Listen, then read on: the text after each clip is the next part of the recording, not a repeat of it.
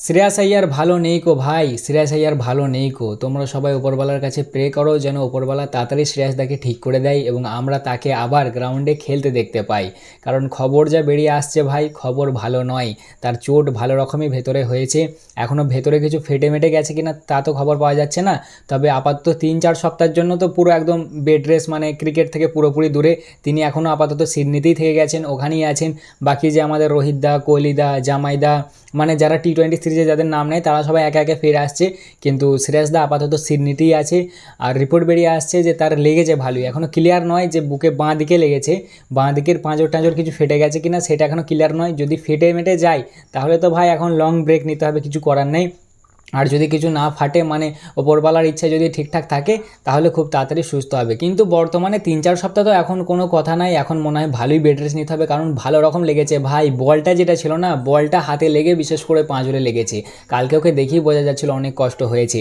যারা ওই মুভমেন্টটা দেখুনি তাদেরকে আমি বলে দিই, একটা টাইম কালকে এমন এসেছিলো আমাদের ম্যাচে যেখান থেকে হয়তো অস্ট্রেলিয়া আরামসে 300-350 বানিয়ে দিত।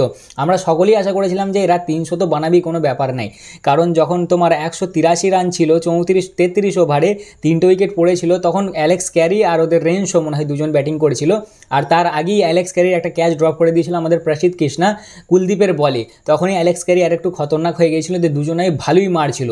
যে সেই টাইমেই যে ওই অ্যালেক্স ক্যারির যার ক্যাচ ড্রপ হয় তারই ক্যাচ হার্ষিত রানা বল করে আবার একটা ক্যাচ ওঠে, যে আমাদের শ্রেয়াসদা পেছন দিকে ছুটে যে ক্যাচটা নেয়, ক্যাচটা তিনি ছাড়েন না, শক্ত করেই ধরেন, কিন্তু ধরার পরেই তার বলটা এই মানে বাঁ দিকের পাঁজরের নিচে চলে আসে আর বলটা ওখানেই লাগে।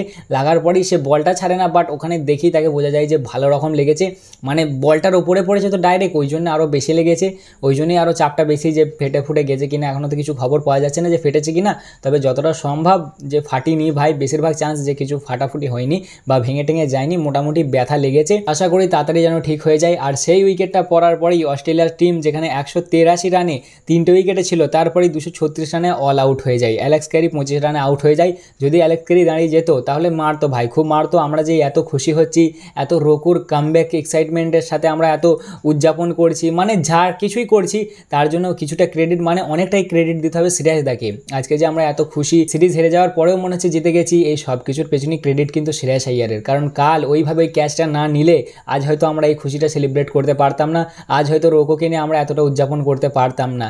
সে চাইলে ছেড়ে দিতে পারতো, সেটাও ভাবতে পারতো যে এতে আমার শরীরের রিস্ক আছে, কি দরকার এত রিস্ক নিয়ে একটা ক্যাচ নেওয়ার। কিন্তু না ভাই, সে দেশের জন্য নিয়েছে, ছুটে যে নিয়েছে, ছাড়িনি সে লাস্ট পর্যন্ত। তাই ওপরওয়ালার কাছে এটাই প্রে করো যেন তিনি ঠিক হয়ে যায়। আমি তো এটাই প্রে করছি যে শ্রেয়াস দাকে যেন ওপরওয়ালা তাড়াতাড়ি ঠিক করে দেয় এবং তাকে আমরা যেন সাউথ আফ্রিকার ওডিআই সিরিজে দেখতে পাই। নাহলে মজা আসবে না ভাই সারপাঞ্চ সাহেবকে ছাড়া, বুঝলে তো। আমাদের যে টিমটা এমন হয়ে গেছে না, আমরা ইন্ডিয়ান ক্রিকেটটা তো ক্রিকেটের চোখে দেখি না, বলো ইমোশনের চোখে দেখি। রোহিত, কোহলি, আমার জামাই দা, আচ্ছা শ্রেয়াস দা, এগুলো এক একটা ইমোশন আমাদের জন্য, বুঝলে তো।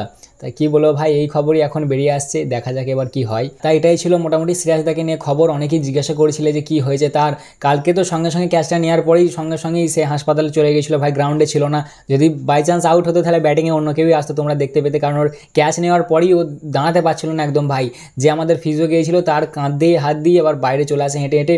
রোহিত দা যে বলে যে কি হচ্ছে, খেলতে পারবে না, মানে কিছু একটা ভেতরে কথা বলে, আমি জানি না কি কথা বলেছে, ওরকম টাইপেরই কথা অনেকটা, যে কি হলো দাঁড়াতে পারছি না বা খেলতে পারবে না।